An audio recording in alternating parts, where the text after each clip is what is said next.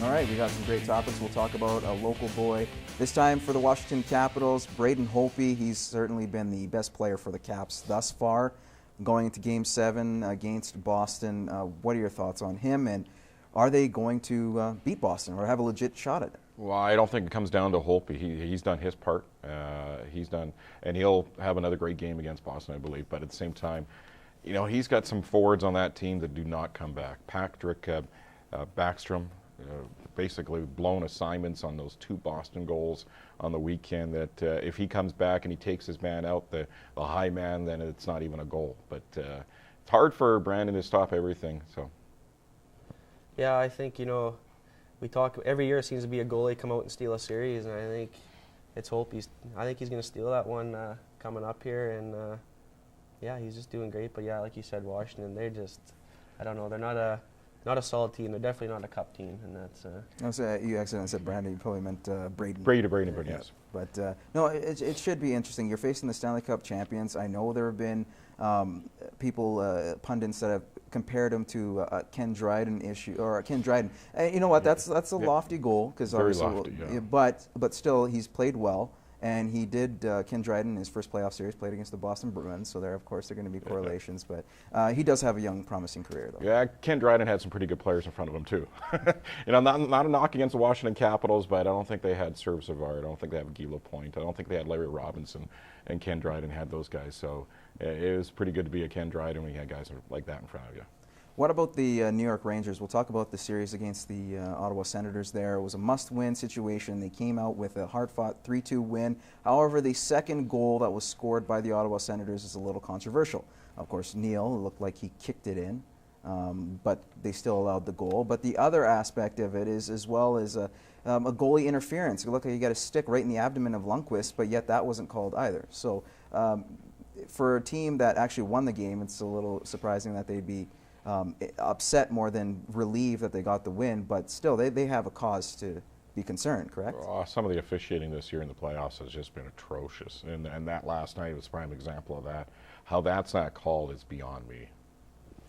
Yeah, it seems like we were talking before the show went on there, that the winning team never usually complains, but Henrik there, he was bothered yesterday, and you know, it's probably a good thing they didn't have Tortorella on the mic after. He'd be the fund would be up in the NHL because I'm pretty sure another fine would have been coming. But it's playoff hockey, you know. They want get the calls right, and you know, yeah.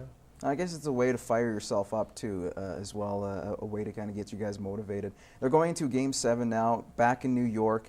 Has the series shifted in terms of momentum for the Rangers? You almost feel that because I think they put Ottawa did a lot of hopes in having Elfie back in the lineup, and he was back in the lineup. Did he make a difference?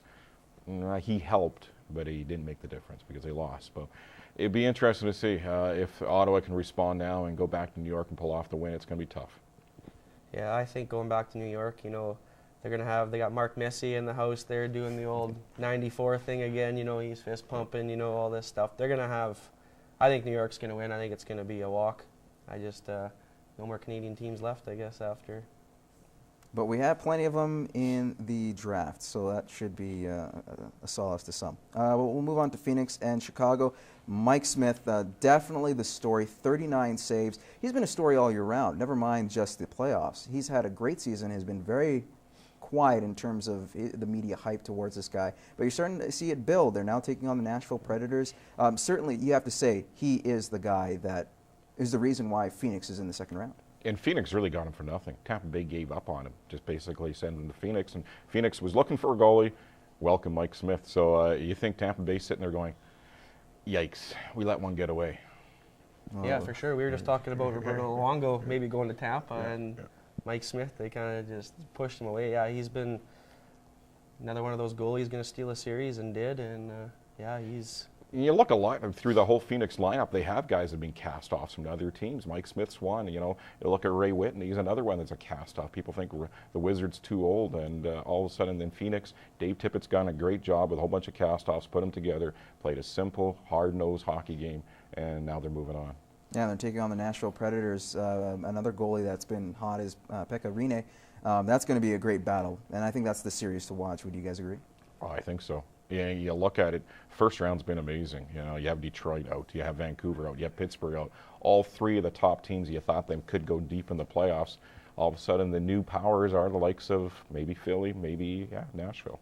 Yeah, there's definitely a change in the guard, that's for sure. You know, it's I think the other teams like we thought, like Detroit and them, they're going to have to really rethink what they're going to do here in the future. It's going to be an interesting summer, that's for sure, in the NHL. Oh, it's certainly been interesting in the first round of the playoffs. Suspensions. We'll go on to Phoenix. We'll continue that. Raffi Torres getting 25 games. Is that too little, too much, or just right by the NHL? Well, I think Shanahan's been looking at doing a 25-game suspension all season long, and I know he did a preseason suspension to a player for, was it 10 games or 8 games, and that got a lot of general managers upset. Now 25 games. There's a few general managers not very happy about this. But more than anything, when you suspend a player in the playoffs, it does not cost that player any money at all because he's not getting paid in the playoffs. But because it carries over into the regular season, it will, because who's kidding who? Phoenix isn't going to go 25 games deep into the playoffs from this day forward. So it's going to cost Raffi in the wallet come the regular season next year. I think the suspension was pretty good. I think, Brendan Shanahan was looking to give the hammer to somebody, and he was perfect guy, good track record, depth player, I guess. The big thing in the NHL, I think, right now with Shanahan is he's letting off the superstars, I guess, and giving the muckers and grinders more of the gears. And that's what it comes down to. Is it just a scapegoat? Is Raffi Torres considered the scapegoat? Because if you look at Shea Weber taking a player's head into the stanchion there, getting a measly fine, and you look at Torres, who, like you said, has a track record. Even though the hit against Seabrook the year prior wasn't as bad, this one you could make a case for. Yes, he did leave his feet and led with the more of the elbow there than anything else. But still, it does seem like the NHL was looking to throw the book at him, and they finally did. The only thing is 25 games, that's a measuring stick now. So other suspensions that come along, we have another hit. Well, it's going to happen again in the playoffs. Who's kidding who? And you're going to have a player do a stupid hit on a player. So where does that measure up to Raffi's? That's what's going to happen all the time. Here's 25 games. Is that worth 10? Is that worth 15? Is that worth 5? Or is that worth 25? So now the measuring stick is set out. Raffi Torres is that, that plateau. Is your hit as bad as Raffi's? If it is, then you got 25 games too. All right, we'll give you the last word. I think a big thing about that was, though, his track record. He's been suspended. I don't even know if he makes any money because it seems like he gives it all back. So, but yeah, you're right. It's going to be interesting to see here come the next couple rounds for sure. All right, on that note, we're going to take a bit of a timeout. We'll come back with Over Under next.